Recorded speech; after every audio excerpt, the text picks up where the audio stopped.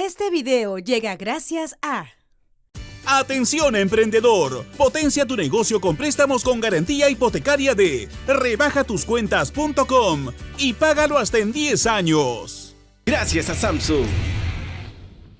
8:08 de la mañana, bienvenidos a Ampliación de Noticias. Fernando Carballo y Mávila Huertas los acompañamos a partir de este momento y vamos a ocuparnos de algunos temas importantes que hay que examinar, evaluar, de pronto corregir en aras de que nuestra democracia sea una democracia mucho más eficiente, efectiva y provechosa, puesta al servicio de la ciudadanía. El tema de los partidos políticos y su financiamiento. 10 partidos políticos fueron elegidos para el Congreso de la República para el periodo 2021 y 2026. En todos los casos, aparentemente, presentan irregularidades en el manejo del dinero que les otorga el Estado a través de una ley, que es la Ley de Financiamiento Público Directo. Esto de acuerdo con un informe que ha elaborado la ONG Asociación Civil Vigilancia Ciudadana. Y nuestra primera invitada precisamente es la directora ejecutiva de esta ONG. Fernando, buenos días. Buenos días, Mávila. Buenos días a los que nos oyen, nos ven en la televisión y nos siguen por redes digitales. Has tocado un tema clave porque la democracia requiere partidos vivos y partidos con una vida democrática en su interior. Por eso es que se elaboró una ley de financiamiento público de los partidos. Los partidos reciben plata del Estado, es decir, de nuestros impuestos, y tenemos derecho a saber si usan bien ese dinero o no. Nadie más indicado que Margarita Díaz, de la Coalición Ciudadana, para darnos cuenta de si esta ley se está aplicando con transparencia y rigor o no. Muy buenos días, señora Díaz. Muy buenos días a ambos. Bien, efectivamente ese es un tema que nos llama mucho la atención porque como bien señalan ustedes, efectivamente existe un financiamiento de parte del Estado peruano, que finalmente es dinero de todos y todas, para el fortalecimiento de los partidos políticos. Este dinero se asigna a razón de 0.1% de la UIT por voto emitido. Entonces, hay un monto de dinero que vale cada voto, por decirlo así, cada voto emitido para este cálculo. El 40% se asigna de forma igualitaria para todos los partidos que llegan al Congreso. Y el 60% restante en función de una fórmula matemática que tiene bien, comparar el tema de quién tiene más votos, va a tener más recursos. Entonces, a más votos, más escaños, hay más dinero del financiamiento público directo. Para este quinquenio, del 21 al 26, hablamos de 77 millones de soles aproximadamente, que está destinado para el fortalecimiento. Anuales. No, en el quinquenio. De julio, entre 2021 y 2026, el total, digamos, del desembolso será 77 millones de soles. Aproximadamente, así es. Correcto. ¿Y esto se divide por partidas anuales? Se divide por partidas semestrales. Cada semestre los partidos tienen una asignación puntual que se desembolsa de forma mensual. O sea, se asigna semestralmente, pero se entrega mensualmente. ¿Para qué deberían de gastar este dinero? Para dos grandes rubros. Uno, hasta el 50% en lo que es operatividad y gastos administrativos. Me explico. Pueden alquilar oficinas, comprar inmuebles, computadoras, contratar personal y, digamos, todo aquello que signifique inmuebles, ¿no? Autos también, por ejemplo. Todo aquello que signifique que el partido funcione, opere. Eso es lo primero. Y lo segundo, que también es hasta el 50%, en lo que son capacitaciones, investigaciones y difusión. Lo que está prohibido es usarlo para fines de propaganda electoral. No se puede utilizar este recurso para fines de propaganda electoral. Correcto. A pesar de que la norma es clara y usted nos ha dicho cuáles son los parámetros para el uso de este dinero, se ha detectado a través de la rendición de cuentas que hacen las organizaciones ante la Oficina Nacional de Procesos Electorales, esto quiere decir la OMPE, que no se están utilizando como se debería. ¿Cuáles son las principales irregularidades que podemos detectar en el uso de estos recursos?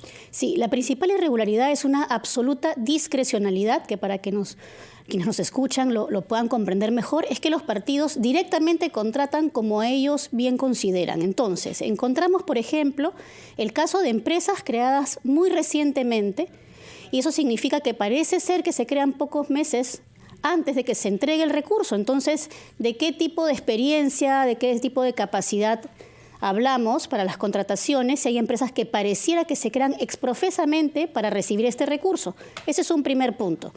Otro punto es que existen, por ejemplo, algunas supuestas capacitaciones sobre las cuales se generan algunas dudas de su prestación, porque cuando hemos ido a las empresas que prestaban o habrían prestado estos servicios, resulta que allí no funciona ninguna empresa en esa oficina y que es un domicilio o que, por ejemplo, es una pequeña tiendita donde sacan fotocopias. Entonces, ¿de qué capacitaciones hablamos? Está clarísimo que esa empresa no es la proveedora a la que deberían llegar esos recursos. Digamos que ahí hay una trampa que se ha hecho para encubrir a dónde va realmente ese dinero.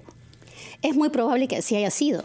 Y por eso es importante la verificación de que efectivamente se realizan estos servicios y además con un mínimo de estándares de calidad, que eso es algo importante también. Otro caso que hemos encontrado es candidatos proveedores. Entonces, que se pagan a sí mismos.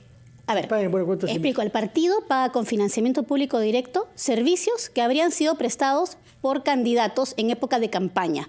Entonces, podemos pensar que, por supuesto, un candidato puede tener una expertise, una experiencia, capacidad para prestar un servicio, pero nos preguntamos seriamente, ¿no será una forma de pagar campaña? Bueno, en realidad lo que nos está diciendo no hace sino confirmar las sospechas que ya circulaban. Hay otro punto que yo quisiera que nos aclare, pero después de la pausa. Sí hay condenados por la justicia que han recibido dinero público de nuestros impuestos. Se dice que es el caso en Perú Libre, por lo menos. Quisiéramos informaciones precisas sobre eso, pero tenemos antes que dar una pausa. Yo le ruego que nos acompañe y retomamos nuestra conversación con usted, señora Díaz, directora ejecutiva de la ONG Vigilancia Ciudadana. Son las 8:21, estamos conversando con la señora Margarita Díaz, directora ejecutiva de la ONG Vigilancia Ciudadana, que se ha especializado en la supervisión del uso que los partidos políticos hacen del dinero público que se les es dado en relación al número de votos que obtienen. Nos había dicho usted que se contratan proveedores dudosos de empresas creadas recientemente y que hay otras maneras, hay otras formas irregulares de ese uso. Yo quería saber si el dinero de los impuestos de los peruanos se ha usado también para financiar las carreras de personas condenadas por la justicia o investigadas. Si es el caso, ¿en cuáles partidos, por favor? Sí, efectivamente. Ese es el caso.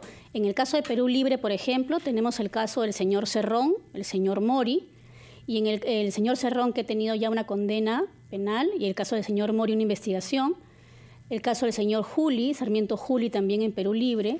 Y en el caso de Fuerza Popular tenemos personas investigadas. Es el caso del señor Figari Mendoza, la señora Bertila Tarazona, Carmela Paucará, ¿no? Ahora, en la información y en la rendición de cuentas está a quién se destina el dinero. Sí, por supuesto. Entonces está, digamos, el pago a personas procesadas o condenadas. En efecto, tenemos información, Vladimir Cerrón, 129.000 soles en el año 2022 por ser el secretario general nacional del partido. Ahora, él está condenado por la justicia. ¿Debía recibir ese monto o no? El tema es que la norma no tiene ninguna prohibición expresa. Correcto. Así Entonces, es. Al no haber una prohibición, el partido puede hacer ese uso de los recursos.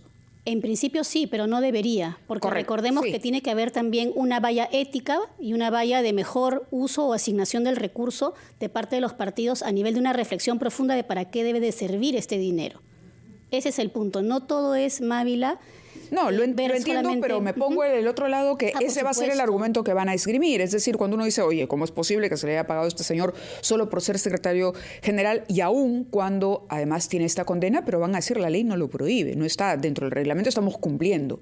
Digamos, tanto así que estamos entregando la información a la OMPE. Así es. ¿No? Entonces, digo, la reforma tendría que ser más profunda.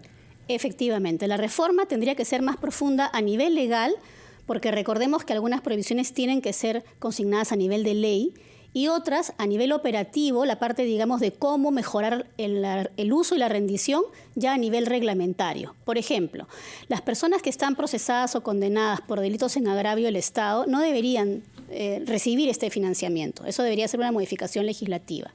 Y en el caso, por ejemplo, del reglamento, algo que es importante es establecer una especie de requisitos más digamos, estrictos para las contrataciones con fondos cuya fuente es pública, porque si bien es cierto ingresa como dinero del partido, la fuente de este dinero sigue siendo nuestros impuestos y de todos los peruanos. Entonces, claro, hay un caso, permítame antes de que el tiempo nos gane, Renovación Popular, para que no se crea que solo estamos colocando la lupa o lente en un partido político. Renovación Popular, el partido del alcalde, desembolsó 39,000 soles a la consultora Focus, una empresa con un RUC activo desde el 1 de julio del 22, justo antes de la presentación de la rendición de cuentas del segundo semestre del año, es decir, del periodo julio-diciembre 2022. Este tipo de contratos son los que usted dice habría que examinar, porque se forman estas empresas y se hacen todas estas operaciones con muy poco tiempo de antelación, lo que supone que no hay un presupuesto trabajado con anticipación, donde se examina cuidadosamente a dónde se va a destinar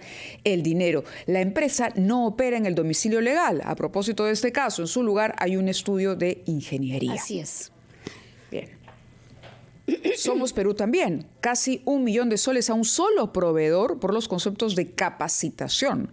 Pago de 958,000 soles a un solo proveedor, casi medio millón de soles a la empresa central mediática por casi 96, ojo, abrimos comillas, actividades de formación y capacitación.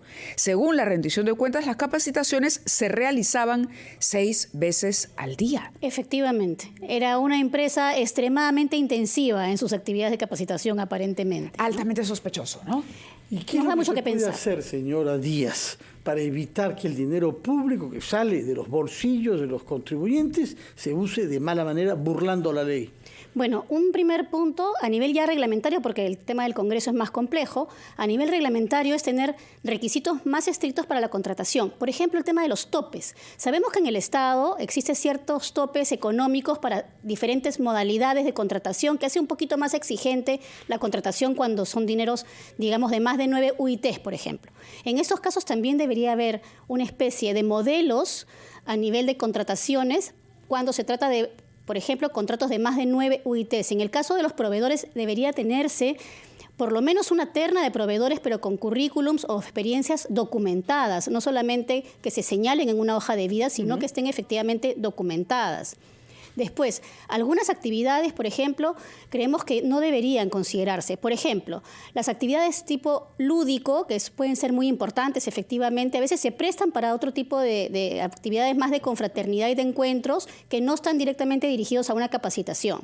En el caso de las investigaciones, es importante que se tenga un repositorio de estas investigaciones y que, por ejemplo, tengan digamos, acceso al Turnitin, ¿no? Para saber que realmente estamos hablando de investigaciones y no de fotocopias anilladas, para decirlo claramente. Bueno, tomamos nota entonces de que la ley tiene una buena inspiración, es evitar que haya dinero sucio que entra a la política. 15 millones de soles al año son dados a los partidos que obtienen resultados en las elecciones, han sido 10 en este caso, pero nos ha dado cuenta usted de diversas modalidades en que, como se suele decir, se le saca la vuelta a la ley.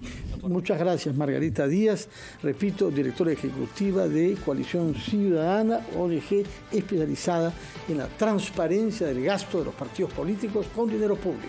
Muchísimas gracias. Muchas gracias a ustedes. Buenos días. Vamos a la pausa, 8:27 de la mañana. Hacemos una pausa, pero continuamos en Ampliación de Noticias en unos instantes.